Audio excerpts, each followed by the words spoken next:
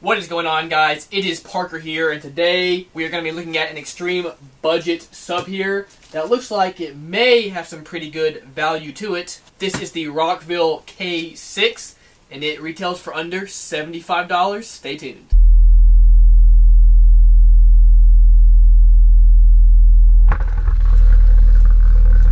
And there it goes.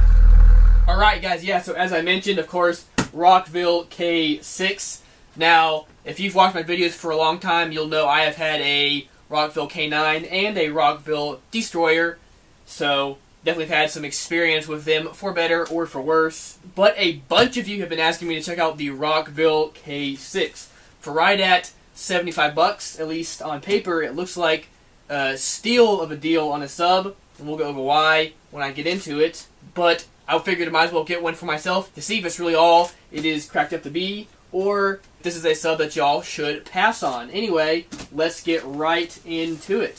So first off, we have the Rockville warranty card. Now, this does have a 1-year warranty. Now, I will say, when I had my K9, I actually did have a warranty issue with it, and I sent it back to them, and they sent me the brand new K9 V2. So, was pretty pleased with their warranty service. Definitely more than I think some others could say.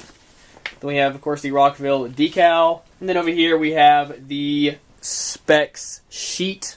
So this does have a cast aluminum basket, which is pretty cool. Has a non-pressed paper cone, 6.5 pound motor. It has a 2.5 inch dual 4 ohm voice coil. Now, here it says it is an aluminum voice coil, but on their website, at least in their videos, they do state it has a full 100% American-made copper voice coil, so not too sure what's going on there. And then, of course, the CES rating is 600, their RMS rating is 1200, and then the max is 2400. I think those last two are just kind of irrelevant numbers, honestly. It says X-Max of 26 millimeters. Very highly doubt that. That is probably both directions, not just one. That would be insane for this price point sub. Has the FS of 39.9 hertz. And then on this side, it just has a few ways that you can wire up your sub to different ohm loads. So that's cool that they have that there. So here's the sub. It's pretty cool seeing one of these in person. This is the first one I've ever had. So very, very cool. Well, let's get y'all a little closer look up at it. Alright, guys, here is the sub. Very clean looking sub. Just a very nice, simple, modern look to it. So I do like that. We do have a nice, pretty, stiff, non-pressed paper cone. You can dimple it if you try, but overall pretty stiff. Nice kind of mid-roll surround. There's a little bit of glue, it looks like, right there on it, but that's no big deal. And of course, we do have the double stitching, which is really cool to see at this $75 price point. Around here, what's really, really cool about this sub is we have a cast aluminum basket. Now, normally subs at this price point or even higher are going to have a stamped steel basket, as it is cheaper, but the cast aluminum baskets just make the subs overall sound better and makes it a more of an efficient sub just overall. You see that on pretty much any higher end sub, but it's pretty rare you ever see it on a sub that's only $75. So that is really, really cool. Glad that they did that. And then over here, we have our tinsel leads. They are sewn into the spider. We just have one spider. Then we have 8 gauge terminals. Springs nice and stiff on that. And then under here, we have our motor. Very nice looking motor. Has kind of a little bit of a textured paint over it. Just has a really nice, simplistic look. This is a double stack 100 ounce motor, so for that $75 range, really not too bad. Get a real close-up look at it for y'all. Really like the cone. Does have a little bit of glue spillage right there. Just something to note. Of course, we have our gasket around the sub. And there's this beautiful cast aluminum basket. Very cool. And then there's a copper coil right down in there. And then you can see those leads sewn into the spider They're not really very big leads, but kind of definitely what you would expect on a $75 600 watt RMS sub. And then there's our motor. Now, I'm so used to seeing stuff like this that when I see this looks tiny, but gotta remember, guys, this is only $75. So really, for that price, not too bad. Alright guys, let's do a quick comparison for y'all. Now this is the audio pipe TTX BD2. This sub retails for right at $100, so only 25 more bucks than this guy. And just by looking at it, you really can see a good deal of difference. This, of course, has a cast aluminum basket as well, which is really awesome. Even for a sub at $100, you really don't see that a whole lot. But then we just look at these motors on this thing. I don't remember the exact weight of this, but compared to this little guy, definitely a huge step up. In my opinion, this is the best value sub you can get for $100. But here in a few months, I'm going to be doing a big video comparing probably the top 10 $100 subs, so y'all definitely got to stay tuned for that. But here we have a little bit more cone area, as we have a slimmer surround. We have a much thicker surround on this guy, and this guy is really kind of sunken in. This thing has been used a ton. This is actually the exact sub I reviewed back last summer, and then I sold it to a buddy of mine, and he thrashed on this thing for several months, just non-stop, and then it was still working and he got something else, so I bought it back from him so I could just use it for another video. Just by looking at him, if it was me, I would save up the extra 25 bucks, but if 75 bucks is your limit, maybe you'd want to look at this. Of course, depending on how the rest of this video goes and how this thing performs while being played. Alright guys, that is my overview of the Rockville K6 $75 sub. Let's get this thing in a box and then get it in the car and start testing it out so we can see what it can really do. Now, here is the box we are going to be using. This is one of Skar's boxes, and it is 2 cubic feet tuned to 36 hertz. So should be awesome, should sound really good, be plenty big to get some volume, but not too big to where we really got to worry about damaging the sub. So let's pull this Toro sub out of here. Check out my review on this sub as well. Another great $100 sub. But yeah, let's get this guy out and get the Rockville installed. Okay, so the wire that came in this Skar Box was not long enough, so I went ahead and soldered in some longer wire and some better wire, so that's good. Now also, the sub would not fit into the hole in this enclosure, so I had to sand it out to make it fit. I have noticed Rockville does seem to use baskets that are a little bit wider in diameter than some others on the market. So again, just something to note. You may have to sand down your box enclosure to get this thing in there. But once I did that, it fits in there good.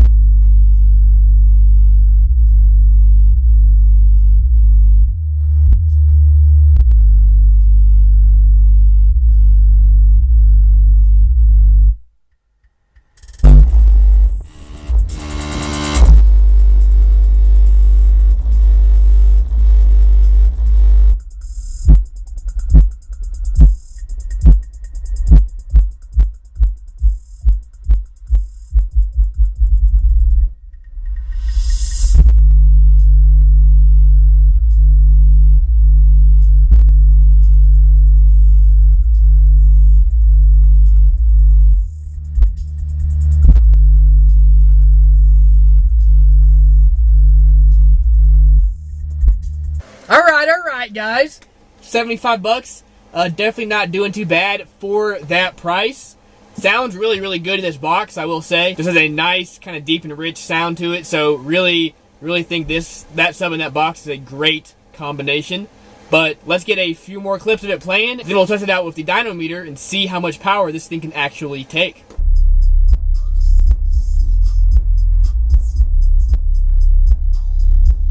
It don't never stop.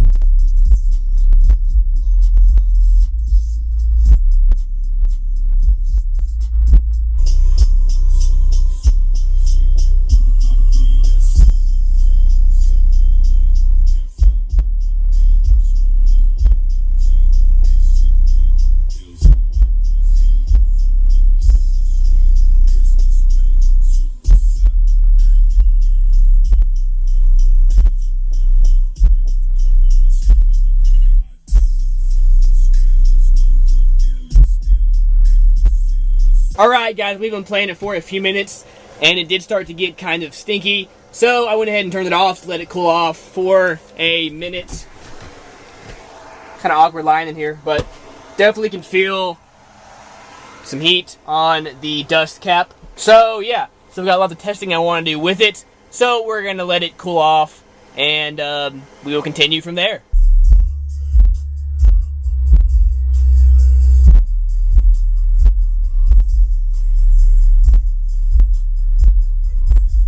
Alright guys, now one nice thing about having this wall is I was able to mount my SMD AMM1 here, which will be great for testing just so we can see what I'm doing in the videos a whole lot easier. So if you don't know about this meter, this is the Steve Mead Designs AMM1, and this lets you test several different things, but the main one I use in the videos is it gives a dyno reading or a RMS power reading. We're going to be using the RMS power in this case. Battery's a little low, not sure how long it'll last, but it's really, really cool, guys. So this is the real-time power setting. What it'll do, it'll show the ohms as the sub plays. That one doesn't count, it only reads it when it's actually playing. But it'll read the impedance, and it'll tell you exactly how many watts the subwoofer is seeing. So this is super handy, really awesome. I know a lot of y'all have seen that, but for anybody who hasn't, and yes, we're using this amp nowhere near to its full potential to test out this sub. Now, as we mentioned, of course, Rockville says this sub is 600 watts RMS, and you know we're going to put that to the test here. Having this AMM1 meter hooked up, we'll be able to test that out really exactly and see how long it can withstand at that power. First, we're going to play a few songs, because that's really more realistic. And we're going to have it set around there, but some's going to go over, some's going to go under, of course. And then, assuming that it hasn't blown yet, we're going to put a test tone, a 40 hertz test tone on it to 600 watts as we can, and see what it does from there.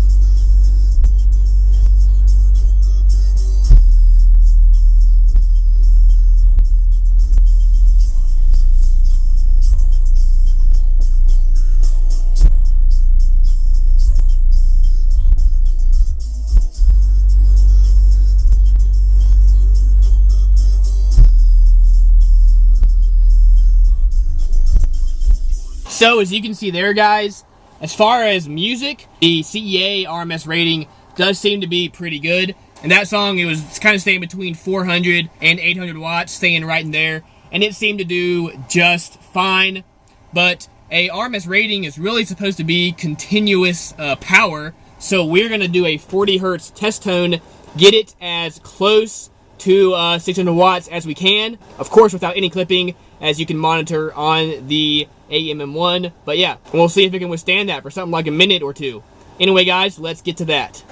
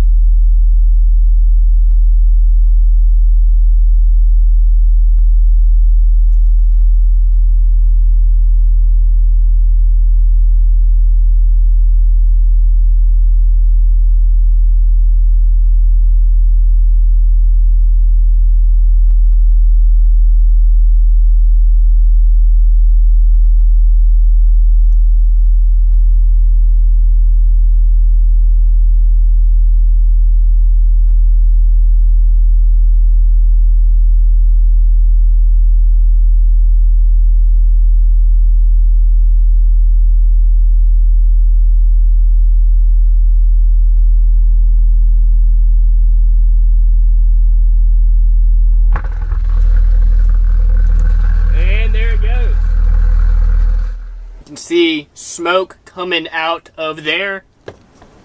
Now I went back and watched the video and timed how long it lasted, and there we go. Now of course, part of the time it was under 600 watts, part of the time it was a little bit above 600 watts. Either way, it was very close to there, and it lasted a minute. So we're gonna have to do some other tests with some other subs to see if lasting at your RMS power for a full minute is really a good reading, or if it should be matching much, much longer.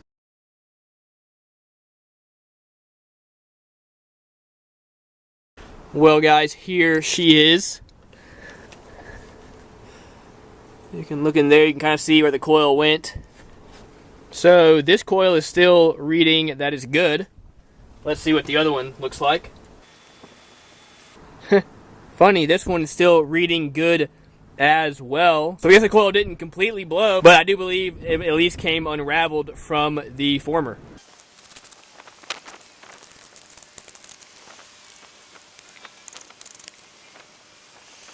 Alright guys, so looking here, you can see up here, it was okay, but it was starting to get kind of dark from the heat.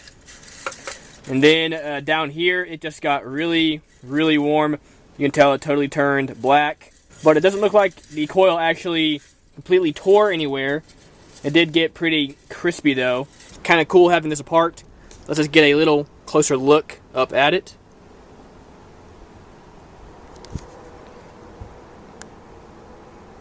Alright guys, so my overall opinion is that 600 watts RMS, probably a good rating for it, at least musically. As y'all saw, it played music at that power for quite a while, no problem whatsoever. So don't see that being an issue for your normal person. Test tones are extremely brutal on a sub, so literally nobody goes around playing test tones, so it doesn't make sense for that to be really a valid everyday real-world test. But what's worth doing just so we can kind of see how it holds up. Some subs can take their test tones for a good long amount of time.